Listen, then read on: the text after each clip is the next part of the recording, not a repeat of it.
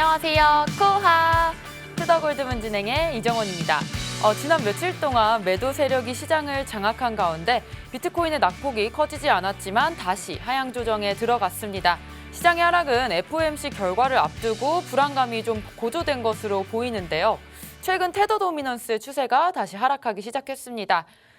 이는 투자자들이 보유한 USDT를 다른 자산으로 교환하는 것을 의미한다는 점에서 시장의 상승 모멘텀이 될 수도 있을 것 같습니다. 또 이런 상황에서 어떤 자세로 투자에 임하면 좋을지 오늘도 전문가님들 모시고 얘기 나눠보도록 하겠습니다. 먼저 유일무이한 전문가님이시죠? 유일 전문가님, 안녕하세요. 네, 안녕하세요. 네, 안녕하세요. 유일무이한 전문가 유일입니다. 반갑습니다.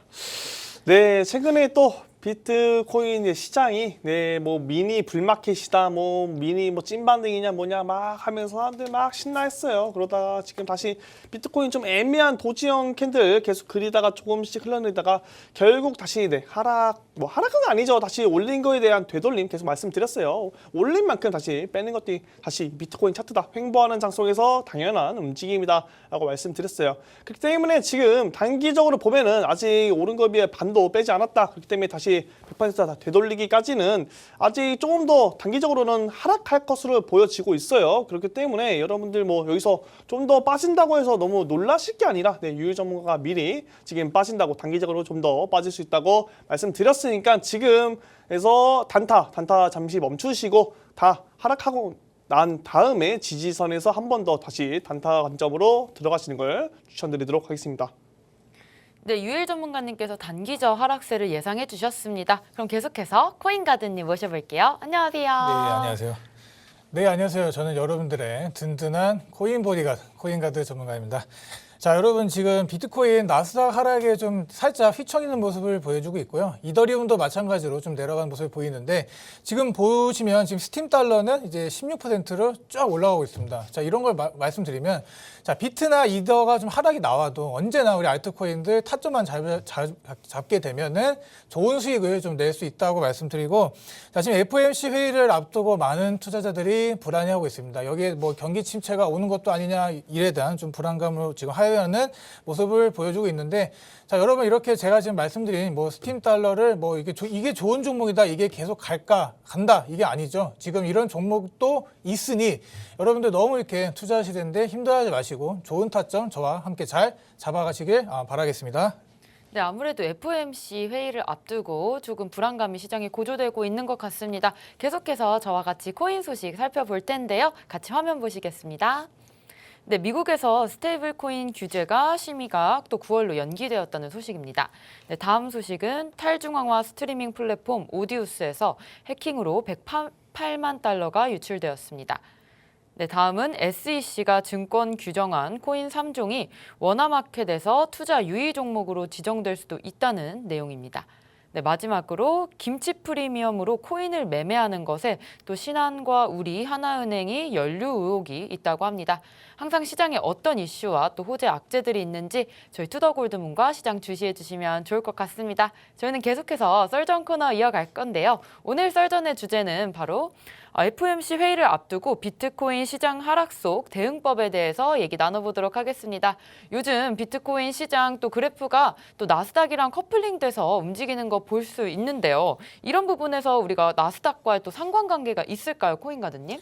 네, 지금 비트코인 보면은 우리 나스닥 지수를 좀 보면 알겠지만 미증시와 계속 디커플링이 나와야 된다 얘기를 하지만 같이 가고 있는 모습을 보여주고 있습니다. 그렇기 때문에 자, 우리가 이제 고 PER이죠. 고 PER 좀 고평가가 됐다고 좀 말할 수도 있지만 어떻게 보면 성장주다라고도 말할 수 있는 이런 좀 우리 비트코인 가상화폐는 이런 유동성에 따른 상승력과 하락이 상당히 많이 움직이는 편입니다. 그렇기 때문에 우리가 어떻게 보면 이제 대표적인 좀 위험 자산, 초위험 자산이라고 좀 얘기할 수가 있는데 자, 우리가 이런 위험 자산도 어떻게 보면 이제 미국에 있는 나스닥 기술주와 좀 같이 가는 움직임을 보이고 있기 때문에 우리 비트코인 지금 이제 제도권으로 들어가고 있고 좀 우리 어떻게 보면 좀 하나의 자산으로 좀 인정을 받고 있는 단계다라고 보시면 되고, 지금 제가 이제 말씀드릴 좀 미국 종목들이 좀 있는데 좀 엔비디아와 좀 이제 테슬라에 대해서 좀 말씀드리려고 합니다.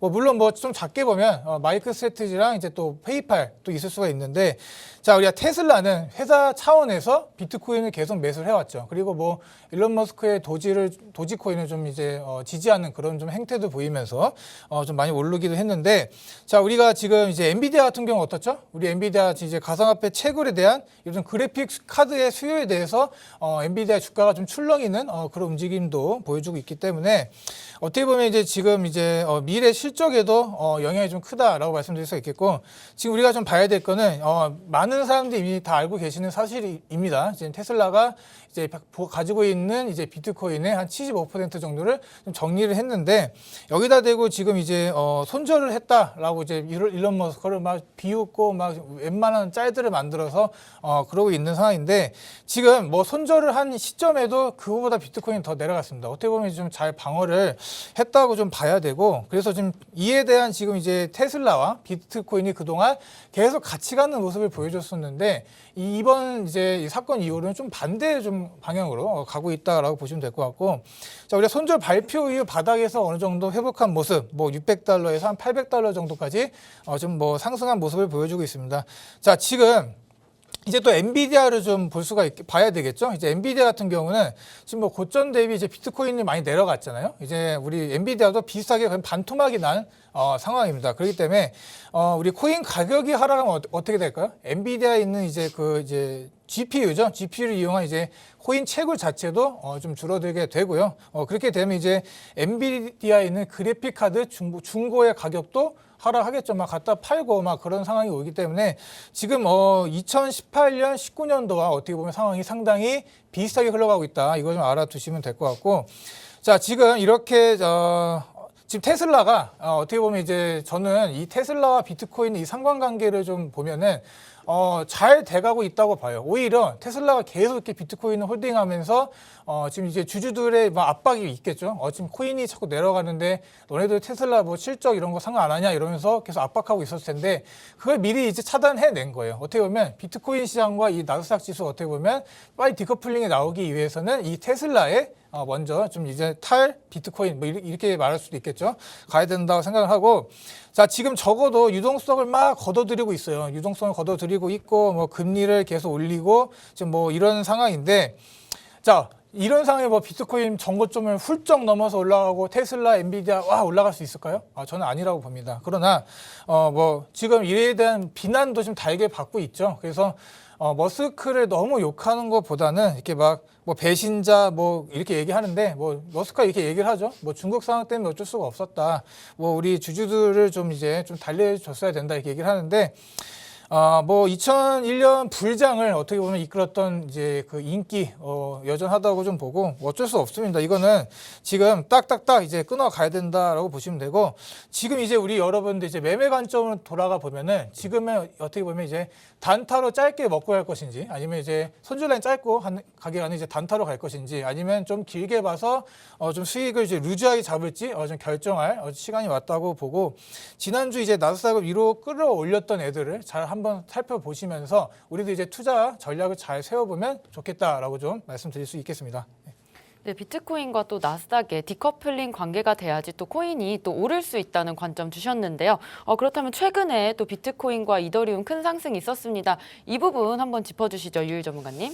네, 최근에 비트코인과 이더리움 먼저 말씀드리기 전에 아까 앞서서 가드 전문가님이 말씀하신 것처럼 테슬라가 2분기에 이제 비트코인은 75%에 팔았다 이렇게 나왔어요. 손상자손이 2,230억이다 이렇게 회계 장부를 마감을 했는데, 따지고 보니까 비트코인은 수익 본 게 860억 원, 860억 원 정도 이제 수익을 실현했다 이런 기사도 다시 재정장에서 나오고 있어요. 아무래도 회계에 기입하는 거다 보니까 그 당시에는 이제 손실 중이었을지 모르지만 그 당시 매도를 했을 때는 이제 수익 실현을 했을 가능성이 높아요. 그리고 나서 지금 경제 지표가 계속 안 좋게 나오고 있는 만큼 지금 떨어지기 전에 어느 정도 100% 다 매도한 건 아니고 75% 매도를 때리고 밑에서 다시 비트코인을 다시 매집할 수 있겠다, 할 수도 있다 있다라고 다시 뭐 기사가 이런 기사가 나왔었는데 저 또한에 굉장히 좋은 판단, 네, 정말 나이스한 판단이었다. 그 루나 사태 아무래도 터지기 전에 그 전에 좀 매도를 했을지 않을까 생각이 들어요. 그때 다 팔기에는 좀 부담이 있고 어느 정도 남겨놓고 밑에서 다시 비트코인 개수를 얘기하죠. 다시 밑에서 내려왔을 때 저점에서 다시 매수를 들어간다. 그래서 비트코인 보유량을 더 늘릴 것이라고 저는 생각하기 때문에 그 부분에 있어서 네, 일론 머스크가 뭐 우리 도지코인 뭐 비트코인을 배신을 했다. 뭐 이런 느낌은 아닌 것 같아요. 저는 이 일론 머스크가 굉장히 좀 약간 영악하고 좀 똑똑하다고 생각하거든요. 그렇기 때문에 제가 머스크였으면은 지금 그때 어느 정도 수익 실현을 하고 약수익 실현을 하고 밑에 내려왔을 때 다시 초점 매집을 들어갔다라고 생각이 들어요. 일단 뭐 테슬라, 일론 머스크 얘기는 뭐 여기까지 마치도록 하고 지금 최근에 왜 아까 말씀드렸다시피 뭐 미니 불마켓이다, 뭐 미니 불장이다 하면서 사람들이 굉장히 막 환호성을 질렀어요. 근데 뭐 비트코인, 이더리움 클래식까지 뭐 그렇게 메이저 코인들이 좀 많이 올랐었는데 다른 알트코인들은 뭐 그렇게 많이 오르진 않았죠. 그냥 비트코인 오른 만큼, 비트코인 뭐 반등 시장 좋아진 만큼 딱 그 정도만 올랐다. 그렇기 때문에 많은 사람들이 뭐 그렇게 수익을 뭐 많이 볼 구간은 있지 않아서 사실 뭐 약수익 정도 어느 정도 약수익 정도 짜잘짜잘하게 볼 구간은 많았는데 그렇게 뭐 크게 수익 볼 구간은 많지 않았습니다. 네, 그 이유로서는 뭐 첫 번째 뭐 일단 금리 인상 그때 이제 CPI 발표 후에 9.1% 발표 후에 많은 사람들이 야 이거 뭐 금리 인상 이거 0.75% 자이언트 스텝 아니고 뭐 1%뭐 울트라 스텝 아니냐 저거 뭐 야 난리 났다 울트라랜다 야 이거 큰일 났다 하면서 막 얘기를 하고 있었는데 다시 뭐 아니다 1% 아니야 0.75%할 가능성이 더 높아 이러니까 사람들이 또 아 그래? 아 이거 기분 좋은데 하면서 막 시장 또 다시 반등 나오는 모습 보이고 있어요. 그때 뭐 그러면서 또 이더리움 뭐 포스와 또 이슈 나오면서 뭐 또 이더리움 뭐 9월에 뭐 POS로 전환 뭐 가능성이 뭐 있다 뭐 없다 하면서 또 이더리움 뭐 오르면서 또 어떻게 해요? 이더리움 클래식 또 야 이더리움 우리 형님 오른다 나도 올라야지 하면서 이더리움 클래식 같이 막 올라갑니다. 사람들 막 저점 대비해서 이더리움 클래식 막 80% 오르고 이더리움은 약 60%가 올랐어요. 굉장히 많이 올랐죠. 비트코인은 한 20% 좀 넘게 오르는 걸로 알고 있는데 뭐 다른 알트코인 이더리움이랑 이더리움 클래식 같은 경우는 시가총액도 굉장히 높은데 그런 종목들이 이렇게 좀 많이 올랐다. 그렇기 때문에 최근에 많이 오르는 만큼 다시 빠지는 것도 당연한 일이기 때문에 여러분들은 지금 이렇게 올랐다고 해서 좋아할 게 아니라 이렇게 오르고 나서 조정 주는 구간 다시 오르고 나서 되돌림 하는 구간을 우리가 다시 매집을 해 봐야겠다라고 늘 말씀드리고 있어요. 그렇기 때문에 지금 또 이렇게 막 일시적으로 이더리움 클래식, 이더리움 막 폭등해요. 이럴 때 어떡하냐? 또 사람들, 개인 투자자들 막 달라붙습니다. 그러면서 더 가격 상승으로 이뤄지는 거예요.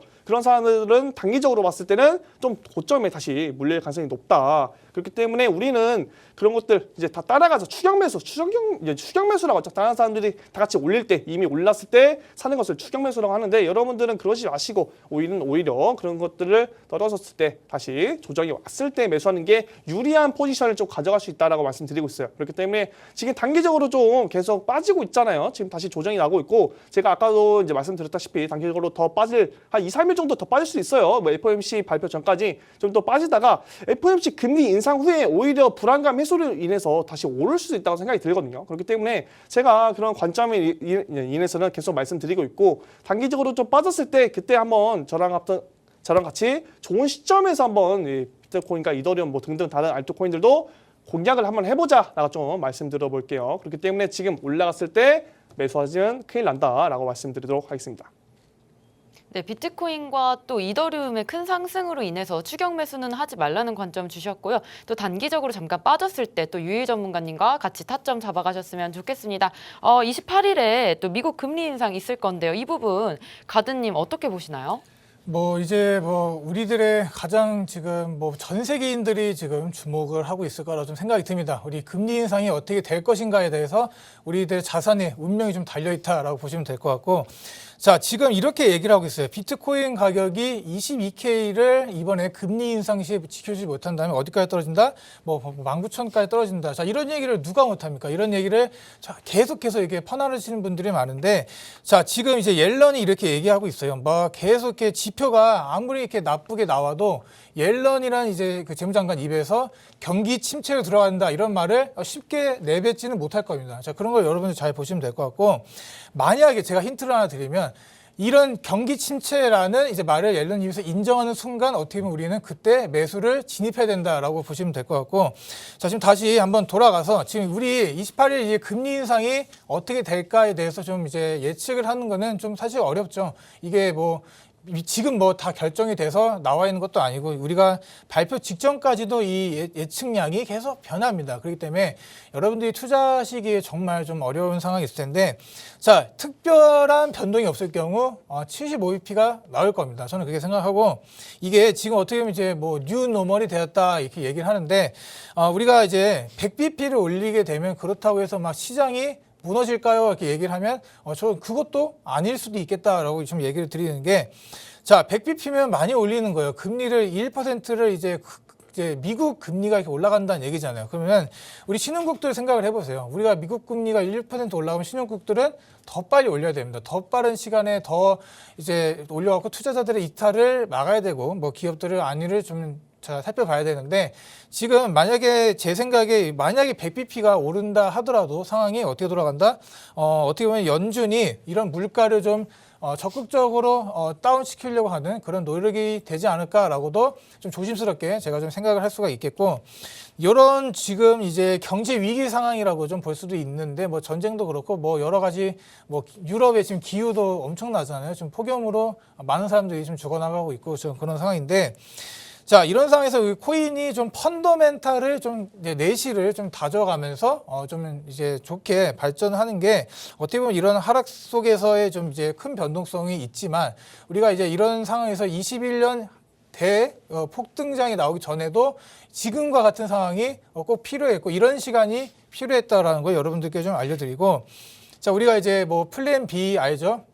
뭐 천하의 역적이라고 불리고, 이제 작년에는 그가 한마디만 해도 여러 사람들이 다 이제 뭐 다 달라붙어서 대단하다, 어떻게 잘 맞힐 수가 있느냐 이렇게 했는데, 자 지금은 상황이 많이 다르죠. 무슨 말만 하면 너 뭐 하면서 막 온갖 욕설을 하고 막 그러는데, 자 이 플랜 B가 작년에 비트코인 10만 달러까지 간다고 했습니다. 그런데 지금 상황 보세요. 뭐 거의 뭐 5분의 1 토막이 난 상황인데, 자 우리가 이런 신념이 있죠. 비트코인은 갈 거다라고 신념이 있기 때문에 여러분들이 이 지금 방송을 보고 계신다라고 저는 생각이 듭니다. 저 역시 마찬가지고, 우리가 이 신념 언제쯤이면 이 비트코인이 뭐 몇 억 이상도 뭐 10억 이상도 갈 수 있겠다라고 믿기 때문에 여러분들이 이 방송을 보시고 투자를 한다 하고 저는 생각이 들고, 자 지금 코인 가격이 당장에 막 급등하지 않는다 이래서 여러분들 너무 이렇게 힘들어 하실 필요는 없다라고 말씀드리고, 지금 한 가지 좀 확실한 상황이 있습니다. 지금 이제 뭐 금리 발표도 그렇고 이렇게 비트코인이 갑자기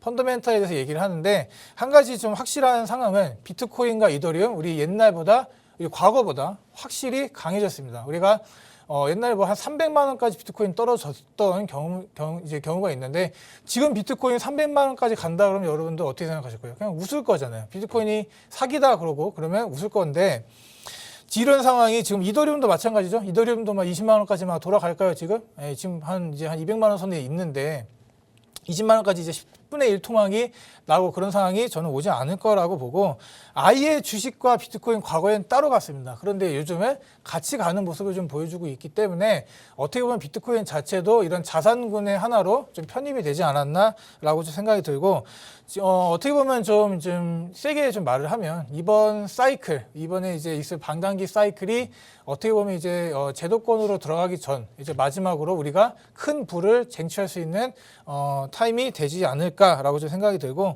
조금씩이나마 이제 코인을 계속 사서 모아야 되는 단계지, 지금 막 뭐 정신없이 막 팔아 제끼고 손절하고 막 그럴 단계는 단연코 아니라고 저는 생각을 하면서 좀 마무리하도록 하겠습니다.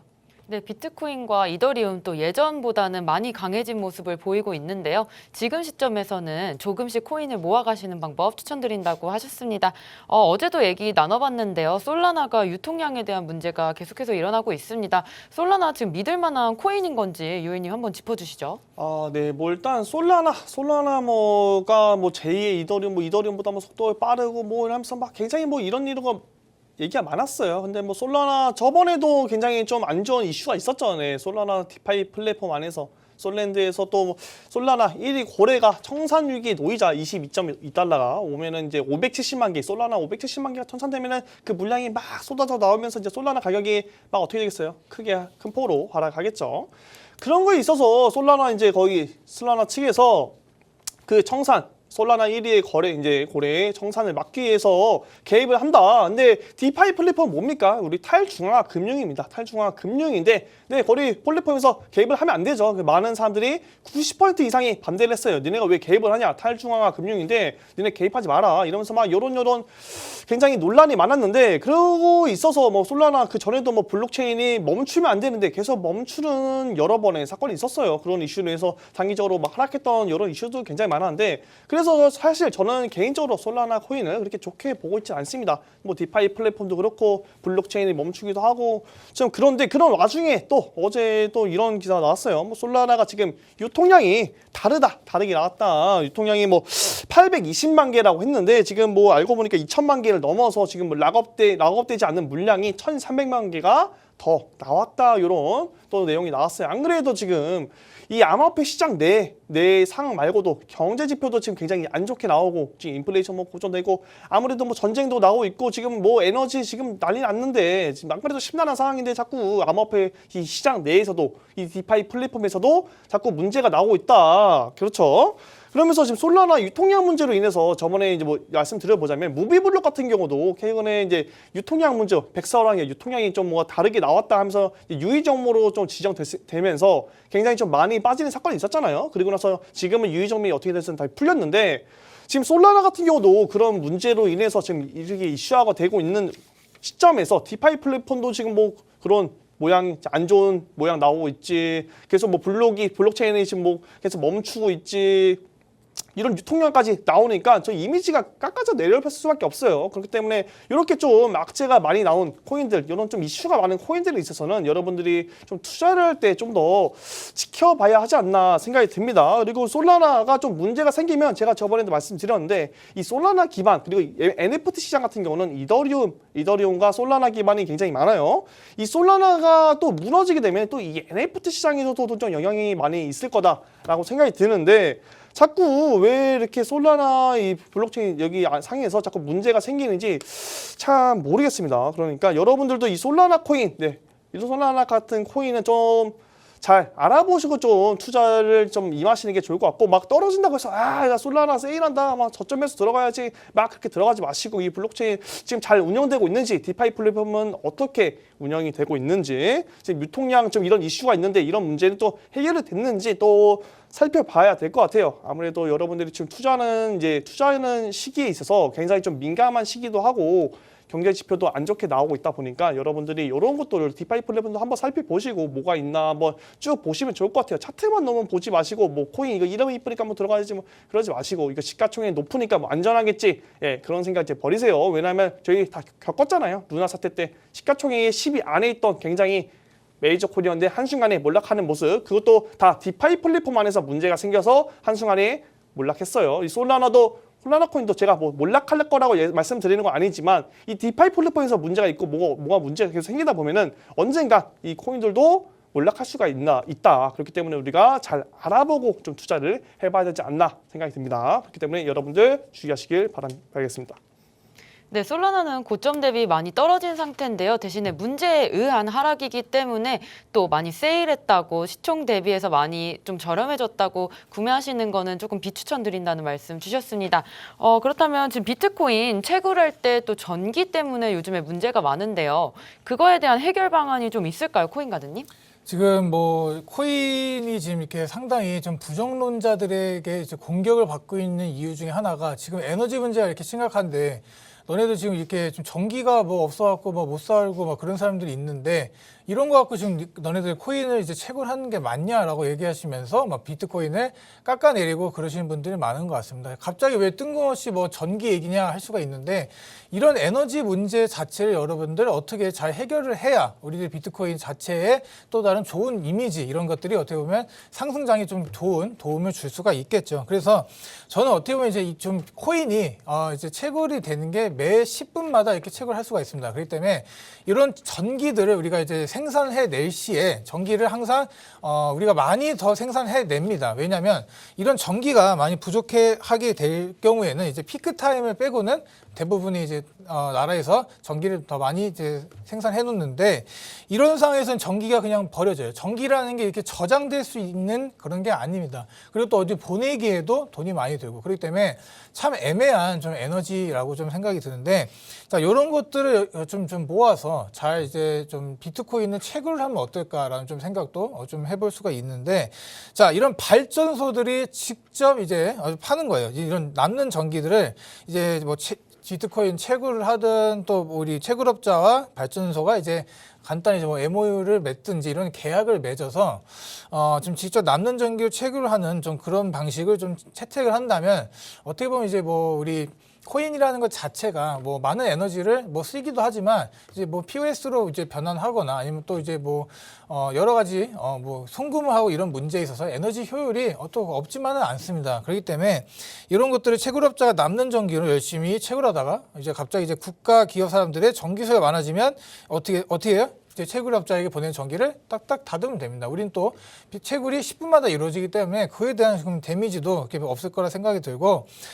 이렇게 전기가 지금 이제 버리지 않고 좀 효율적으로 쓸 수 있게 어떻게 보면 에너지를 좀 이제 나눠서 쓰는 그런 방식도 지금은 좀 부족합니다. 솔직히 말씀드리면. 그런데 이런 것들을 여러분 잘 연구하고 어떻게 해야지 이 잉여 전기, 남는 전기 없이 잘 하게 되면은 좀 많은 수익도 볼 수가 있겠죠. 국가의 좀 이런 산업에도 어떻게 보면 도움이 될 수가 있겠다라고 생각이 들고 직접 이제 뭐 발전소가 이렇게 채굴하는 경우도 있지 않을까요? 그런 경우에도 좀 뭐 전기료에 대한 이런 것, 비트코인 이런 것도 뭐 할인해 준다든지 그런 방식으로도 한번 여러분들 해보시면 어떨까? 뭐 지금 시장이 안 좋은데 그냥 뭐 제가 딱히 뭐 FOMC만 얘기 드리면 뭐 재미없고 뭐 그럴 것 같아서 어떻게 보면 이제 전기를 이용한 좀 비트코인의 좀 좋은 좀 방향성을 얘기 드렸고 자 우리 뭐 다시 한번 그 우리 미국 나스닥 쪽으로 돌아가 보면은 이런 아마존이나 이런 테크 기업들은 뭐 한두 번 정도는 이제 고점 대비 이제 마이너스 80% 이상의 하락을 맞았습니다. 그런데 자, 우리 비트코인은 어떠죠? 2010년 이후로 마이너스 80을 한 번이라도 안 맞았던 반감기가 있었어요? 없었습니다. 항상 이제 대부분의 이런 큰 하락이 있었고 그걸 겪어 오신 분, 죽음의 문턱에서 살아나신 분들이 지금의 큰 부를 쥐었다라고 보시면 될 것 같고 우리 비트코인에 여러분들 만약에 지금 관심 있으니까 방송을 보듯이 관심이 있다면 사람들이 이제 얘기하지 않고 사기다 이렇게 지금 뭐 윈터다 이렇게 할 때 한번 매수를 진행해 보시고 막 조롱하고 지금 세계 최강 비트코이너들을 막 조롱하고 있잖아요. 머스크 사진 막 이상하게 배 이렇게 나온 거 막 캡처해가지고 막 놀리고 뭐 강아지가 이렇게 합성하고 놀리고 막 그러고 있고 뭐 마이클 세일러도 막 놀리고 그러잖아요. 그럴 때 여러분들 하시면 된다라고 말씀드리고 자 우리가 하루하루의 날씨를 예측할 수는 없습니다. 우리가 하루하루 날씨를 그 다음 날에 어떨 것이고 그 다음에 어떨 것이고를 모르지만 그냥 사람들의 그 지나다니는 이런 옷차림을 보고 뭐 알 수 있듯이 우리 변동성이 지금 큰 비트코인 사람들이 어떻게 보면 외투를 껴입고 막 추워서 막 다다다 떨고 이렇게 웅크려들 때 매수를 진행하시면 나중에 이게 봄이 되면 큰 우리 수확을 얻을 수 있겠다라고 좀 제가 인용을 해서 말씀을 드릴 수 있겠습니다. 네. 네, 이번에 또 비트코인과 이더리움 일시적 반등이 나왔었는데 다시금 좀 하락하는 모습 보이고 있습니다. 이 부분 지금 찐 반등이라고 할 수 있을까요? 아니면 잠깐 오른 걸까요?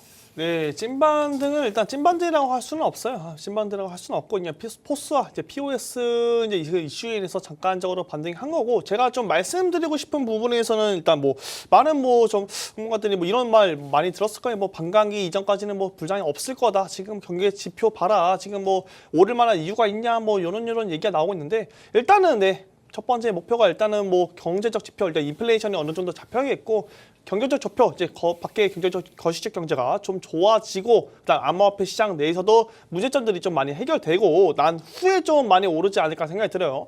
근데 우리가 좀 제가 지금 계속 말씀드리고 싶은 것은 최근에 들어서 좀 비트코인과 이더리움 이 지금 구간에서 굉장히 거래량이 많이 뛰고 있어요. 근데 거래량은 많이 나오고 있는데 가격적인 상승은 그렇게 크게 나오지 않고 있다. 근데 최근에 나온 그 상승 때 거래량 말씀드린 거 아니에요. 그 전부터 그 전부터 말씀드려보면 거래량이 계속 많이 나오고 있어요.